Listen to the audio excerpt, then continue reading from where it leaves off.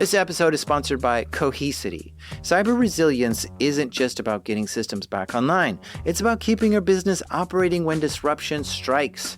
That's the idea behind the Minimum Viable Company, or MVC, a trusted operating core for recovery. Cohesity built the MVC to help organizations identify the essential applications, data, people, and processes required to serve customers, maintain communication, protect revenue, and meet critical obligations. By restoring this trusted operating core first, organizations can reduce downtime, accelerate recovery, and maintain continuity while broader restoration efforts continue. It also provides a clear recovery target, enabling teams to focus resources where they will have the greatest business impact. Learn more at cohesity.com/resilience. That's cohesity.com/resilience. Cohesity, resilience everywhere.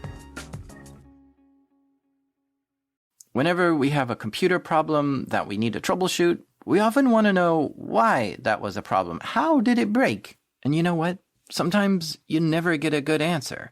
One time when I was at work, a router suddenly crashed. The internet was down for that office, and my teammate jumped on the problem to try to figure out what was going on.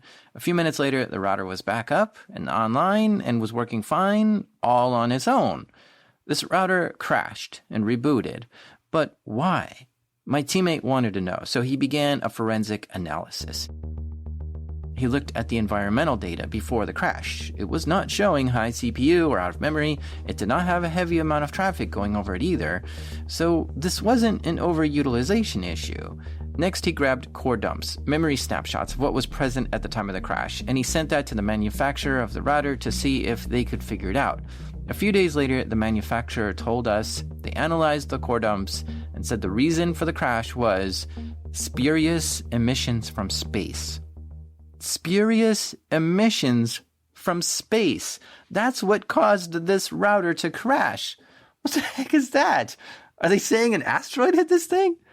We looked into this further, and apparently there are cosmic rays that are constantly bombarding Earth, and sometimes they can come down, pass right through the roof, right on through the outer chassis of the router, and go right through the circuit board of the router, which can cause a slight electromagnetic change in the circuitry, just enough to make a bit flip from a 0 to a 1 or a 1 to a 0. And if the wrong bit flips, it could cause the device to malfunction and crash. Cosmic rays can cause this, which is incredible that that's even possible. But really, I thought this manufacturer was just using this as some kind of excuse because they can't prove that cosmic rays did this. So in my opinion, it meant that we'll never know what caused this router to crash. And it'll always be a mystery. And I wonder how many mysterious things happen to computers that are caused by cosmic rays. These are true stories from the dark side of the internet. I'm Jack Rhysider. This is Darknet Diaries.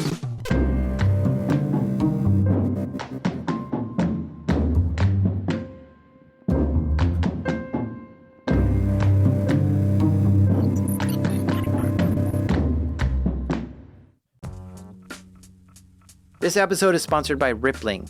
These days, you can chat with AI about almost any business problem, but only Rippling AI is built to solve them.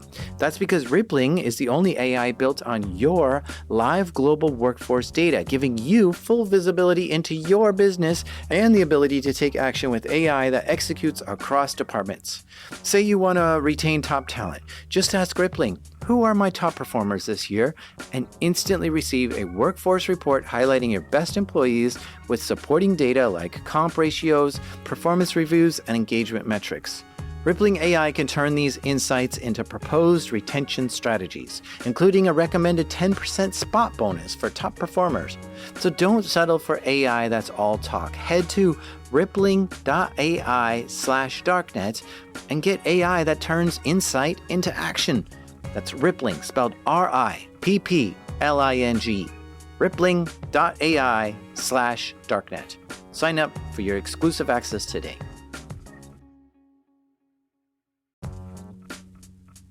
This episode is sponsored by Delete Me. Have you ever thought, I should really be doing something to protect myself from stalkers, scammers, and hackers, but you're not sure what? Here's what you should do.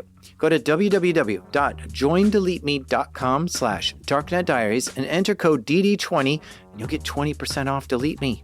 And a few years ago, I signed up, and Delete Me got busy scouring the internet for my name and gave me reports on what they found and deleted stuff. Take control of your data and keep your private life private by signing up for Delete Me. Now at a special discount for my listeners, get 20% off your Delete Me plan when you go to www.joindeleteme.com/darknetdiaries and use promo code DD20 at checkout. The only way to get 20% off is to go to www.joindeleteme.com/darknetdiaries and enter code DD20 at checkout. That's www.joindeleteme.com/darknetdiaries, code DD20. Nicole Beckwith started out with a strong interest in computers and IT. She studied and learned how to be a programmer, among other things. But somehow, at some point of her career, she decided she wanted to be a cop. I am a former state police officer and federally sworn U.S. Marshal. I worked as a financial fraud investigator and a digital forensic examiner for the state of Ohio. Now, while she was serving as a police officer, she would see cases where hacking or digital harassment was involved. And these were cases that interested her the most. My background is in computers and computer programming. And so because of my background, I started taking all those cases. Now, because the internet connects us all together, she'd often be investigating a case and find out that the suspect is in another state. So this would often mean that the case would turn into a federal investigation, where it landed in the hands of the FBI or Department of Homeland Security or even the Secret Service. So these cases that started out at her police department would sometimes get handed over to one of these other federal units. And so the Secret Service kept seeing my name in all these reports. And one day I got a call sitting at my desk from the Secret Service, which I can tell you, even as an officer, is kind of daunting, right? To get a phone call and the agent on the other line is like, "Hi, I'm from the Secret Service." You're like, "Oh gosh, what did I do?" So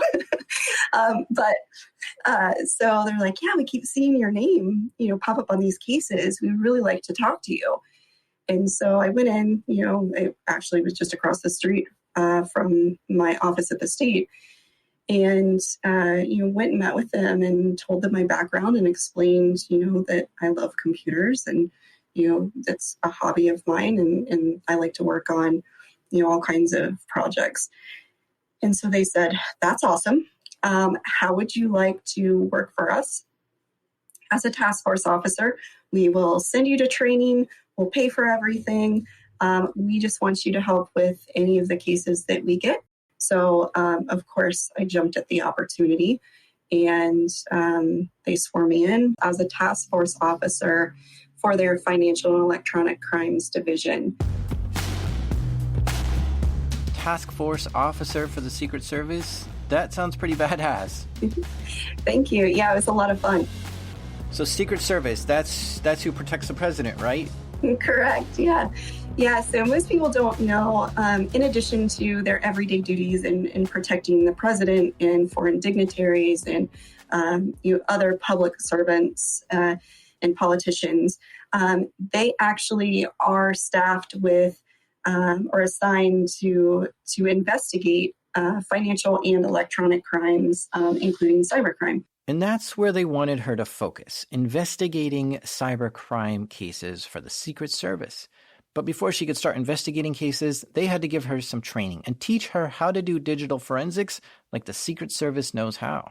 I got, a whole host of different trainings. So it started out, with the basics. So you go through basic digital forensics, dead box forensics, and then they work up to network investigations and then network intrusions and virtual currency investigations.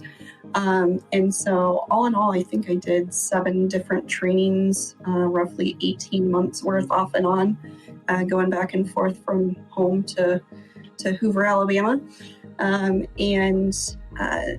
Then was able to investigate all these cases. So it was like drinking from a fire hose. So these training courses could vary from 1 week to 5 weeks in length.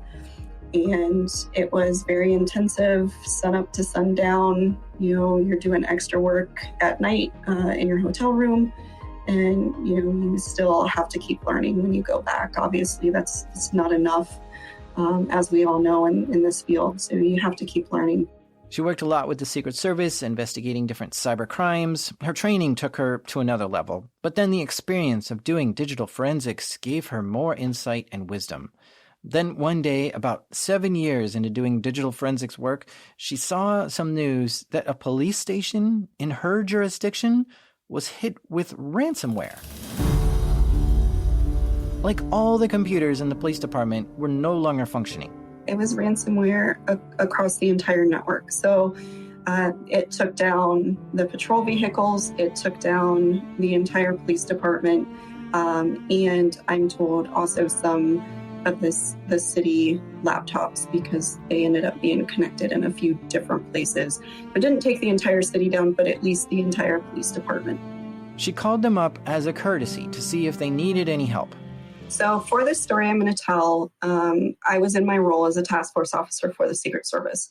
As such, like I said, I was called out to respond to cyber incidents. And so I do want to do a quick disclaimer of, what I discuss in this episode is either publicly available information or I received prior approval to discuss this. So I do want to get that out there. So as a little bit of backstory and to set the stage a bit, this is a small size city, so approximately 28,000 residents, 10 square miles. So not a huge city, but big enough that a ransomware incident would take them down. So I'm already aware of this agency because it's in my jurisdiction. So we had reached out when they were hit to offer any assistance. We were told that they had it handled. The IT team at this police department was doing daily backups of all their systems in the network, so they never even considered paying the ransom. They knew they could just restore from backup and everything would be fine again, because that's a great way to mitigate the threat of ransomware. As a lot of us know, you always have to make sure that your backups are good. And they did not test their backups prior to deploying them. So they simply restored the system from backup, checked the box and said, we're good. Something happened months earlier, which meant their backups weren't actually working. The latest backup they had was from 10 months ago. And that's a really frustrating thing to realize. But by the time they had figured that out, they had already restored a bunch of their systems already, and the network was back up and online. So they just went with it like that. It wasn't the best restore, but it allowed people to get up and working fairly quickly. They just had to re-enter in all that stuff from the last 10 months back into the systems again. So during the conversation, when I'm asking if they need assistance, they're explaining to me that IT has it. When I'm probing them for a little bit more details, like, hey, do you know what happened? Like, did somebody click on a phishing email? Like, do you understand the attack vector on this? They're saying, no, all we know is that morning our printers went down, and then the next thing we know, all of our computers were down. And so that was pretty much all that they could tell me. So time passes. How much time passes? A week. Okay. So right? yeah, okay. So a week later, what happens? So a week later, I just happened to be on the phone with the lieutenant on an unrelated matter. And he paused and he said, oh, crap, our printers are down again. And I said, wait, isn't that what happened the first time you guys were hit? And it happened to be the same exact day, so Friday to Friday. And he said, yeah, actually, this is exactly what happened that morning. And I'm like, okay, stop everything. Don't touch a thing. Let's triage this. Let's grab some evidence if we can. Can I please come help you? And so he's like, yes, please. We would love the assistance. When can you be here? So I always have a go bag in my car. I did happen to be at my office that morning, but I always have a go bag in my car. So I know that any given time, if I need to jump in my car and respond, if I'm at home or wherever, that I have all of my essentials in my car. Well, hang on now. When I hear go bag, I think 72 hours of food and water and some Band-Aids. What's in your go bag, though? Yeah, so in my go bag, I have a whole bunch of other of things, including food and clothes and all of that you just mentioned. But I have what we call a toaster. So a toaster is a hard drive or a SATA dock that you can plug a hard drive into and do imaging or whatever. I have hordes of USB drives and CDs with all sorts of mobile triage and analysis software, such as Paladin, Volatility, password cracking, mobile apps. I have several hard drives for evidence collection, both SATA and external. And then I always had a box of cables and adapters, tools, just in case I needed to take a computer apart. So, screwdrivers and stuff. A mouse and a keyboard, obviously, because you never know what kind of system you're going to encounter. And sometimes, like you mentioned, most folks forget that you might be at an incident for quite some time. So I always had non-perishable food items ready. So, I always had bottles of water and granola bars or energy bars, change of clothes, bath wipes, deodorant, other hygiene items, all of those things, of course. And then on top of that, for forensics, I would also include my WeBTech Ditto machine for imaging. I also had 2 triage laptops, so both a Mac and a PC.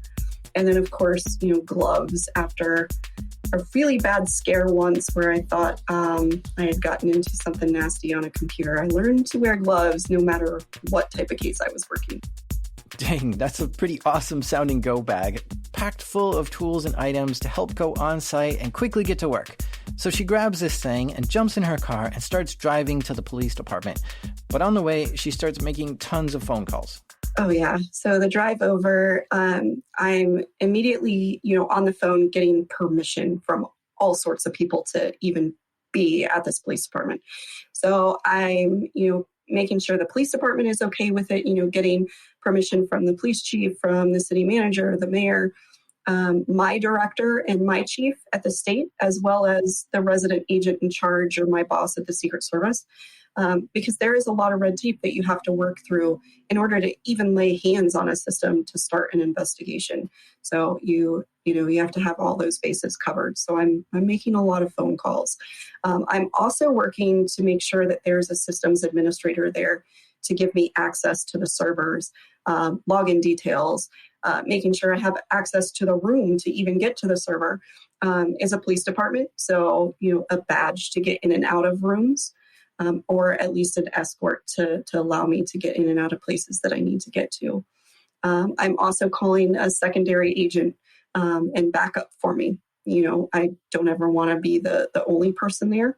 You always want to have a second person with you for a number of reasons. But it's funny though, because you're calling for backup to go to the police department. Like there's enough officers ready to back you up, aren't there? Right. Yeah, not necessarily backup for physical security, although, in this case, maybe I wasn't worried about it, but in other cases, maybe I am, right? Maybe I'm responding to some place where the hostile actor is actually an internal person.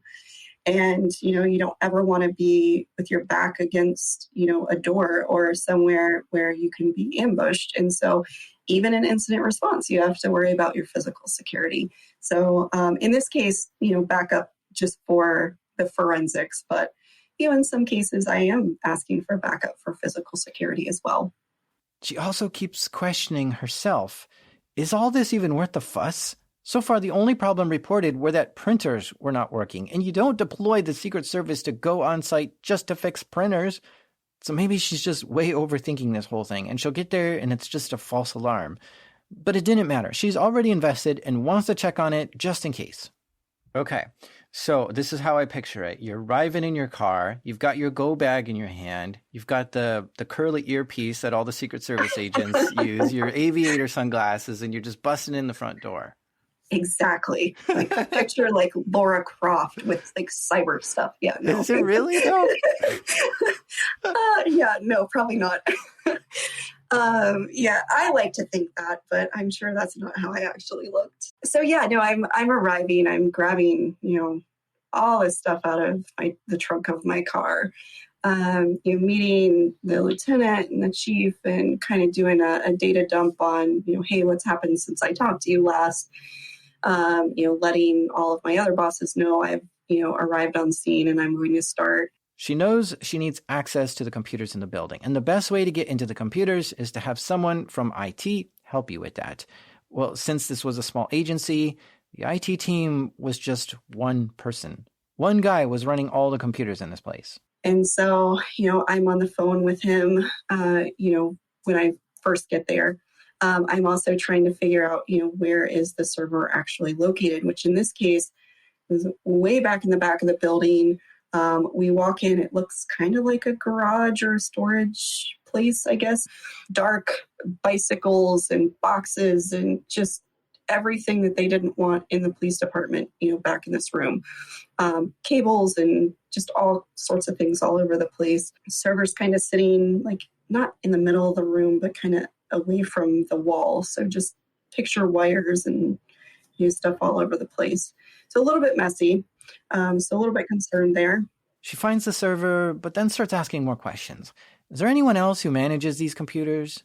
Yes, they outsourced some of the computer management to another company. They had another company do updates to the computers and do security monitoring. But they were more reactive, not very proactive at handling security incidents. So you go into the back, you're on the phone with the local IT admin, you're trying to figure out what's going on. What system do you try to get into first? So they had their main server, which had multiple VMs on it. But I'm just getting into the main production server. What I thought was just a server for the police department. Turns out it actually housed a couple other applications for the city, but at least everything for the police department. And so when I'm initially responding, I'm looking at the server and getting, the login information from the lieutenant, successfully log in. Now, in this case, normally when you're responding to a case like this, you're trying as hard as possible not to leave a digital footprint. You're being really careful about what you touch, as you don't want to alter the data. This case was a little different because of, the ransomware in the past, and knowing that as soon as they lost their printers, it was within like an hour that the ransomware was deployed. So I didn't know how much time I had before what I assumed was going to be ransomware was likely deployed again. So I was trying to hurry and capture whatever I could for forensics right away before, something went down. So I log into the server. I immediately start, dumping the memory. So Volatility is one of my hands down favorite tools to use. So I'm doing, dumps of data on Volatility. I'm pulling reports, dumping that to a USB drive. I also, once that is running, I wanted to grab network traffic. And so, I started Wireshark up and I'm, dumping network traffic to a USB also. Okay, so Volatility and Wireshark, let's jump into these tools for a second because I think they're really cool. Volatility is an open source free tool which is used in digital forensics. So step one is she's got to get into that domain controller, which is like the central brain of the network, and take a snapshot of the memory, which is what's in RAM. Because whatever data is in memory is what's being ran right now, and it changes moment to moment. Now, this can take a while to complete. You've got to sit there waiting for all the memory to be copied over to the USB drive, but it's more than just whatever memory is active in RAM. It's also going to show what processes are running, what apps are open, the names of all the files on the systems, the registry, network connections, users logged in, and system logs. Once she has this raw dump of everything on her USB drive, she'll switch the USB drive over to her computer to begin analyzing everything. Are there any suspicious programs running? What connections are active? And what activity are the users doing right now? But depending on how big these snapshots are, each of these questions can take a while to get answers to. So it's a slow process to do all this. In the meantime, she fires up Wireshark, which is a packet capture tool Any traffic coming in and out of this domain server is captured to be analyzed later. Basically, by capturing all traffic to and from this computer, she'll be able to capture any malware that's been sent to it, or malicious commands, or suspicious activity. As you can imagine, though, capturing all network traffic is a lot of stuff to process. You're basically looking at a beach full of sand and trying to figure out that one grain of sand that shouldn't be there. It's hard to narrow down all the packets to find just what you need. It takes a long time. But it's better to capture it now because nothing else will, and it's good to have something to go back to and look at just in case. Now, what really was fortunate for her was that she got there early enough and set up quickly enough that no ransomware had been activated yet. But she had all her listeners open and ready in case something did happen. And while all that's going on, she's poking around in the server looking for anything out of the ordinary, and she finds something. So, after I run all of the quick stuff with volatility, I'm analyzing that really quickly to see, what accounts are active, who's logged in, are there any accounts that are rogue, and I immediately see another active logged in account. Another system admin was logged into this server at the same time she was. She asked the IT guy, "Are you also logged into this server?" He said, "No." She asked, "Do you think that company that manages the network is logged into this server?" He checks with him and says, "Nope, nobody is logged into our servers right now either." She gets up and starts asking around the station. So I'm asking, the police chief, I'm asking the police lieutenant, who else has access to this? And they're like, "No, nobody should be logged in except for you. Like, there's only one access." So, my heart sinks at that point. There wasn't just one other active user either. There were a few other people logged into this domain controller as admin right now. She's baffled as to why and starts to think maybe she's just got there fast enough to actually catch this hacker mid-hack. Yeah, so for somebody that has complete admin access, as a couple of these folks did, they potentially have access to everything that's on this server. So because this is a police department, you have case files and reports. You have access to public information and PII, so social security numbers and birth dates and driver's license, and sensitive information about cases, as well as a whole host of other things that a police department is overseeing, right? So you're looking at officers and officers' security and their names, and information and email addresses. So there's a whole lot of things that they had access to when you're an admin on a police department server. At this point, she knows for sure whoever is logged into this server should not be there. And it's crazy because even as a seasoned incident responder like Nicole, it can still affect you emotionally. Because your heart sinks when you see that. You kind of get, that adrenaline pumping, and you see that, this isn't a false positive, because going over there, I'm wondering, right? Like, okay, so their printers went down. Is this another potential ransomware incident? So that was the moment when your heart starts beating a little bit faster and you know that there actually is something to this. It's clear to her that she needs to kick the admins out immediately. But another thought comes into her head. So right now, as I'm seeing the logins, I have to weigh in my head, do we leave them logged in and potentially, allow them to, do additional harm, or do I immediately revoke them? Because her tools are still trying to finish their snapshots. If she kicked out the hacker, that might cause her tools to miss the information she needs to prove what's going on. As a digital forensics investigator, it's not often you're in this situation. Usually you're called in months after the fact to figure out what happened. Trying to both figure out what happened and fight off an active intruder is just on another level. She checks the status of her volatility tool, and it's almost done collecting what she needs. So she just waits for it to finish, but the wait is killing her. Right, yeah. So, of course, I'm just letting Wireshark run. But then volatility, there's a whole host of scripts and data points that I want dumped. And as soon as that finishes, then I'm immediately like, all right, you're done, out. Click revoking access. So as soon as you kick that person out of the system, you breathe a very faint sigh of relief, right? Because you have a lot of unknowns. But at least you know that one big threat is eliminated for the moment. Because of the fact that we weren't sure what the intrusion vector was at that point, like how they initially got in, I'm also changing the password of the supposed admin, the person who's supposed to have access. So I'm changing his password as well, right? Because I don't know if that's how they initially got in. So I'm resetting that. And then I'm going to go back in and grab all the other stuff that I need to grab, doing images and whatnot.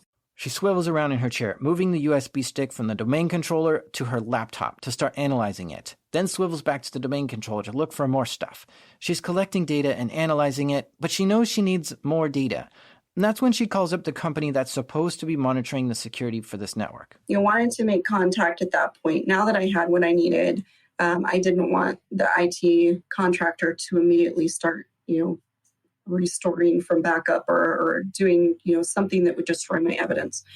So now I'm on the phone with them and I'm wanting to make sure that, they had backups, that they're currently running a backup just in case, asking them, what data they had, like, could they, give me logs, could they see the initial access points, basically asking them to send me anything that they could in the logs that could potentially help me with this case. And how did they respond to you? Were they friendly and nice? No, they were a little upset that I was there and had not called them. They were upset with the police department. But then we had to explain, like, look, we got permission from the mayor. We got permission from, the police department. So they wanted us to come in. This is a law enforcement investigation at this point. And so I need your cooperation. They were upset because they were supposed to be the first contact if something happened.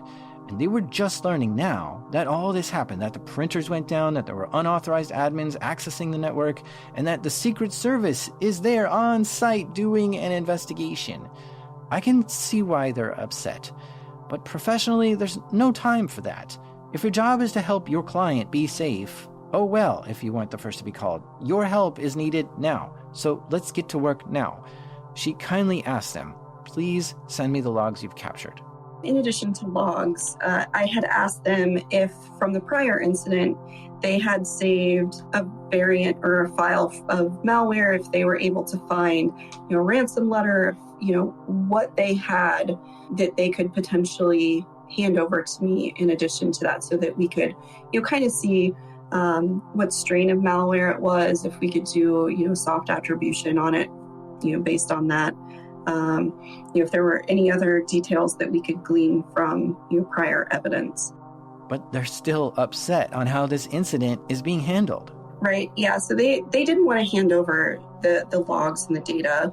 This is kind of infuriating to me. The police department is paying this company to monitor their network for security incidents, and they didn't want to cooperate with the Secret Service on this because they felt the incident wasn't being handled the way they wanted it to be handled. I guess maybe they felt threatened or pressured or maybe embarrassed that they didn't catch this themselves or solve it themselves. By this point, they had internal investigators working on this, and I imagine they felt like their work was being undermined. But from my point of view, they completely failed the police department on that first incident. That was their chance to shine, and they missed it. I guess they didn't want to fail again, though, and wanted to show how they can fix it fast this time. And Nicole was just screwing up their plans. But she kept asking them to send her data on the previous incident. They did end up saying that they had saved, a file that was a paint.exe file for, the original malware, and had saved a text file for the ransomware that was the ransom note. Well, that's something for her at least to look at. Every little bit helps to build a complete picture of what happened and what could happen in this incident. As I'm analyzing, all of the data that I had collected in the evidence, I ended up seeing that there was an external IP address that had been logged in at that time. What she realized was this police station's domain controller was accessible from the internet over remote desktop. The brains of the network was accessible from anywhere in the world without a VPN. You just needed the username and password to get into this thing, or if you had an exploit for this version of Windows. But this is a bad design. This system should not be accessible from the internet. Ideally, you should be on site at the police department to get into this system. But if you really need someone to get into this remotely, you should probably set up a VPN for admins to connect to first and then get into this. Having a system running remote desktop right on the internet just attracts a ton of people to try to abuse the system. And so she's seeing all these external public IPs that just keep logging into this system, and she's kicking them out one by one, but she's realizing this has to stop. So with this, I politely asked them, like, I need you to turn off all external access. Like, how are these people getting in? Like, take down remote access from this server. Like, there's no reason for it. They refused to do it. So, I made the request. They just basically said, sure, whatever. I think it was a day later that I checked and it still was not taken care of. And so at that point, I went right to their office, showed up to the office, knocked on the door, asked for the person that I was, working with, and stood in front of his desk and just told him, like, you're going to lock this down right now. And, it wasn't nice, and I don't have to do that very often, but, I stood in front of his computer until he locked it down. Whoa. It's crazy to think that this IT company had to have this secret service explain the dangers of why this is a problem. And Nicole is right. This should not be allowed. But I've personally tried to convince people to turn this off before myself. And what I've been told is it's required because certain tools and systems need it to be open for things to work, and you'll break things if you turn it off. Something about legacy equipment too. Yeah, well, that might have been true. Even in this case, certain vendors or apps might have no longer worked if you turn that off. And I just think vendors that require this are dumb, because the consequences of having your domain controller hacked is far greater than your app going down. In this case, the police department was hit with ransomware because this system was accessible from the internet, which caused 10 months of lost work. And it would have been hit again if it wasn't for Nicole's quick reactions. So she was happy that they finally turned off public access to this computer and left. So after this conversation with the security contractor, I go back and do an analysis. She tries to figure out more about who was logged in as an admin at the same time as her. Looking through the logs and data she collected, she looks at the IP address of the user, which is sort of a digital address. Obviously, they connected from a public IP, and she had that, but then from there she did a geo IP lookup to see where this IP address may be located physically in the world. And when she looked at that, the IP was in the exact same town as where this police department was. That's interesting. A local person did this? So I write a search warrant to that ISP asking for, who this IP address comes back to. So what law enforcement can do is issue a search warrant to the ISP to figure out what user was assigned that public IP at the time. But this takes a while, a few days, maybe weeks. And so in that time, she starts thinking about why someone locally in this town might want to hack into the police department's computers. So for me, I'm thinking that it's somebody local that, has a beef with the police department. Maybe, a suspect, or there's a case, or got pulled over, or a whole host of things are running through my head at this point. Stay with us, because after the break, things don't go as planned.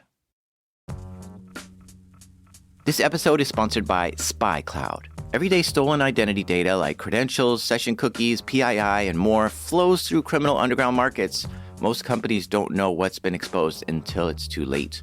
For the last decade, SpyCloud has existed for one reason: to disrupt cybercrime and end criminals' ability to profit from stolen data. That mission has never been more urgent. SpyCloud's latest idea has been to recapture darknet data from successful phishes, info stealer malware, combo lists, and breachers to put it to good use. They transform it into automated identity threat protection using advanced analytics and AI to protect workforce, consumers, and supplier identities from authentication bypass, session hijacking, account takeover, ransomware, and fraud. Don't wait to become the headline. Find out what criminals already know about your organization. Get your free Darknet exposure report at spycloud.com/darknetdiaries. That's spycloud.com/darknetdiaries. Okay, so at this point, she's analyzed the system pretty well and found that this user did upload some malware and looks like they were staging it to infect the network with ransomware again, which means this was an actual and serious attack that she was able to intercept and neutralize before it had a chance to detonate.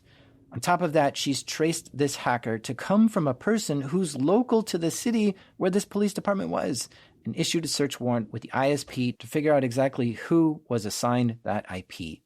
She gets the documents back from the ISP and opens it to see. So when I see the address and the person that is connected to the search warrant, I'm a little bit baffled. I'm shocked. I'm concerned. Not really fully understanding what I'm looking at. Confusion comes into play there. So a roller coaster of emotions are going through my head when I'm seeing who it's tied back to. Why? Because it came back to the mayor of the city. Whoa.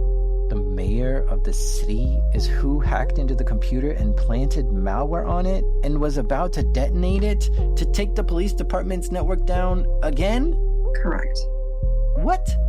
So at this point, I'm running scenarios in my head as to why in the world a mayor would be connected to the server. And doing reconnaissance on this case and looking at some of the past cases and just knowing this city and wondering, who could potentially have an issue with the police department. I did run across some information that suggested that the mayor of the city may have taken an issue with the police department because he was actually previously, prior to becoming mayor, arrested by this police department. And so having that in the back of my head, of course you're wondering, why is this person logged in? And then he does have motive to be upset with the police department. So, you're running through a lot of things. You're told you shouldn't make snap judgments. Obviously, in police work, you never want to do that, right? But you're still going to think through the theories and the thought. You're going to have these thoughts, and things are going to pop into your head. And so you have to look at every possible scenario because you don't want to be blindsided or put yourself into a potentially a bad situation. And so armed with this information, obviously I have to make my leadership aware. And so, I'm talking to the agent in charge and I'm talking to, my bosses and just letting them know, hey, this is what I'm seeing. Like, we really need to go have a conversation with the mayor, sort this out, figure out why he's logged into this computer at this time. So we end up setting up a meeting with the mayor.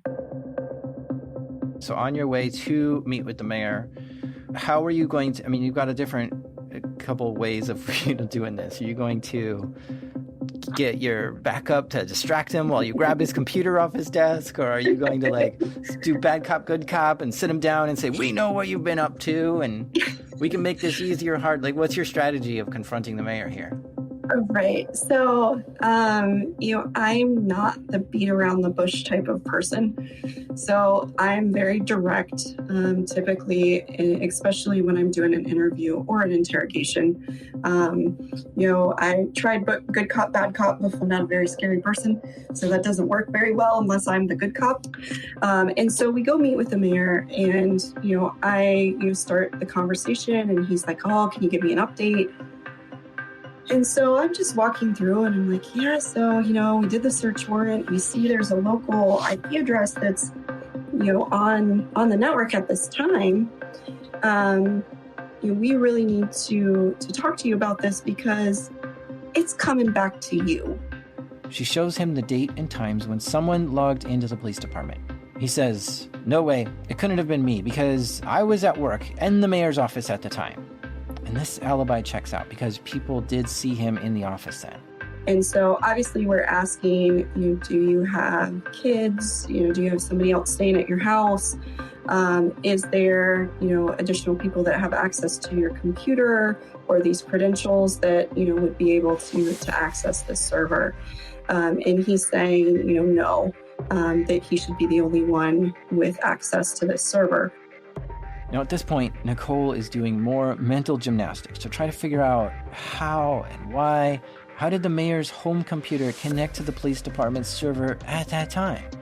It's possible he's lying. It was either home that day or had some kind of remote access connection to his home computer and then connected in. But if he's going to do something bad against the police department, he'd probably want to hide his tracks and not do it from his home computer.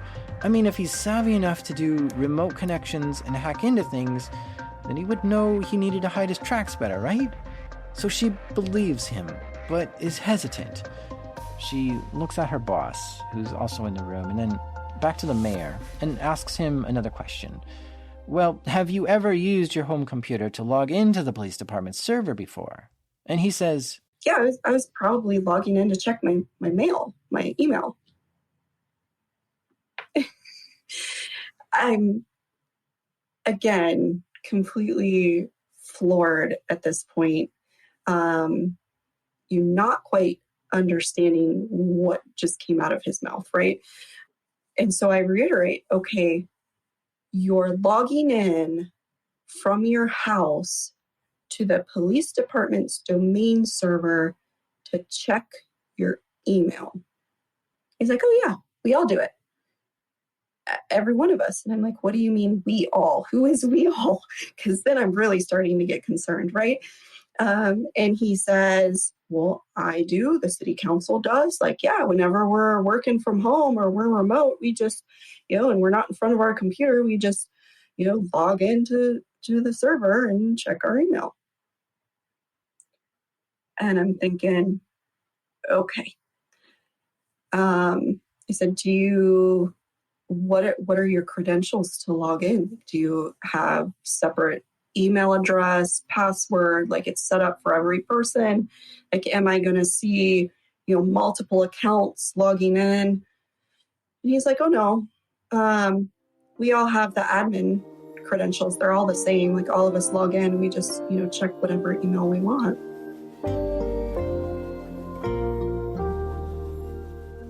Apparently, what him and others were doing were logging into this server through remote desktop and then using this computer to log into their webmail to check email?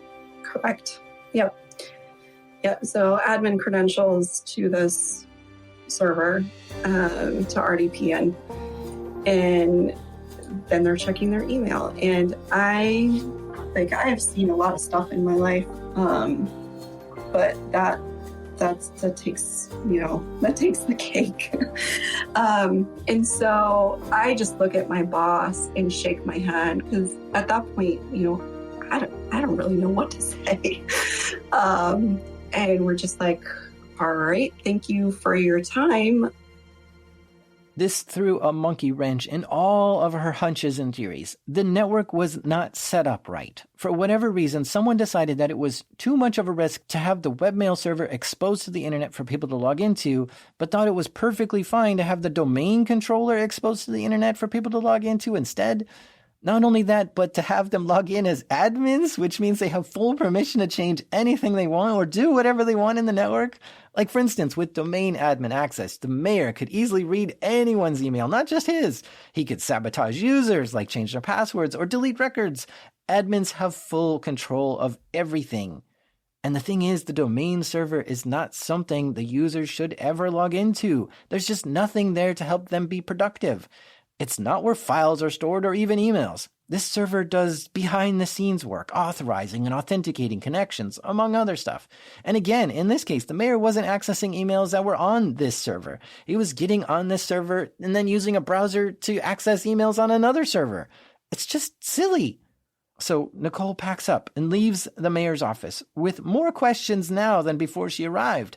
She calls up the security monitoring company to ask them for more information.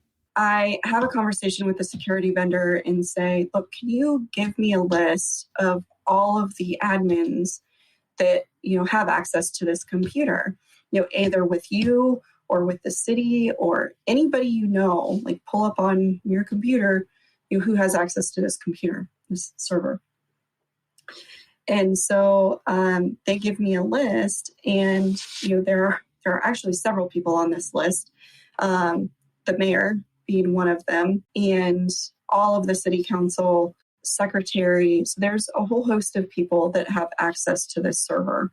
And what's more is that some of these people are sharing their admin logins with others. So like if the city council member has a secretary, sure, go ahead, give the secretary this admin login so they can check their email too. And this is a personal pet peeve of mine. I hate it when admin logins are shared because when you have multiple people logged into one account, you have no idea which person is doing stuff. Is it the secretary that just logged in? The city council member? The mayor? Nobody knows, which is horrible when you're trying to account for what's going on in your network. She then told the IT company what to do. And so, again, immediately it's, obviously you shut that down. I want you to delete those credentials and reset, all the credentials for the server. Of course, the IT company did not like this idea, since it meant that city council members and everyone couldn't check their email remotely anymore. But the network obviously needed to be redesigned badly. But Nicole still had this mystery. Who the hell logged into the police station from the mayor's home? Well, they asked the mayor if they could investigate his home PC, and he said yes. But it was around this time when Nicole moved on to another case and someone else took over that investigation. But she did follow up to see what happened. Yeah, I did hear after the fact that they were able to find a phishing email. There was credentials stolen. There was somebody in the mayor's computer that ended up, gaining access to the server through the mayor's home computer. Someone sent the mayor a phishing email. He clicked it. This gave the attacker remote access to his computer. The attacker put a keystroke logger on the computer and watched what the mayor did. The mayor went and logged into the police department's computer to check his email, and the attacker saw all this, including his password he typed. From there, the attacker logged into the police station, and that's how the police station got infected with ransomware the first time and almost a second time. The investigators were able to see whoever hacked into the mayor's computer was coming from somewhere in Europe, but they didn't track this down any further. That would just cost more time and money and probably wouldn't result in anything. So there's this practice in IT security of giving your users least privilege. Just give them the minimum necessary rights to do what they need to do, and maybe only give them the rights for a short duration, because this severely limits what a potential attacker can do. When you give someone full admin rights, it really opens up the attack surface. And people can make mistakes too. Like maybe they accidentally shut down the domain server because they can as admin. Another thing to watch out for is when actual admins use their admin logins for non-admin things. Admins should only use their admin accounts to do admin type things. They shouldn't be logging in from home as admin just to check their email. What did the police department do after this as far as changing their posture on the network or anything at all? Yeah, so they did a lot. They ended up firing the security vendor that they were using. They hired a new security vendor, which has been fabulous. They ended up, choosing a new virus protection software. They completely wiped all of the computers one by one, especially those in the patrol vehicles. Upgraded those to new operating systems. They, started being more vigilant about restricting the permissions that were given to staff for certain things. Reinstalled their VPN, thankfully, and had no network lag there. They changed and updated all the passwords. So there was a lot that they did after the fact. And my understanding is, that's a process, because it costs so much money. And obviously it's a government agency. Budgets only allow for certain things at certain times. But this was a process over time. I'm sure that they're continuing to work on that. But they did quite a bit right away. Yeah, a redesign like this does cost a lot. But they had their hand forced because the Attorney General found out about these security incidents and was not happy. The Attorney General revoked the police department's access to the Gateway Network. The Gateway Network is how this police department gets access to suspect information, how we run suspects, how we run, for doing a traffic stop, how we run plates. So there's a lot of information that's coming back from this system. And for a police department to be shut off from that system, which they were denied access to that, they had to use another agency to pull data. Obviously, it's both good and bad, right? It's good because the Attorney General is taking a very hard and fast stance with that and saying, if you can't control your networks and your systems, then we're not allowing you access to ours because you're a security risk. But on the same time, this is then also hindering the operations of the police department and could potentially put officers' lives in risk for not being able to run a suspect for warrants or, if they're on a call. So I see both sides of that coin, but they did eventually get granted access back after they could prove that they had done all of these upgrades. With their network secure and redesigned and their access to the Gateway Network reinstated, things returned to normal. But it was certainly disruptive and costly for the police department to handle this incident. Nicole has since moved on from working with the Secret Service and is currently a security engineer, where she plans, designs, and builds network security architectures.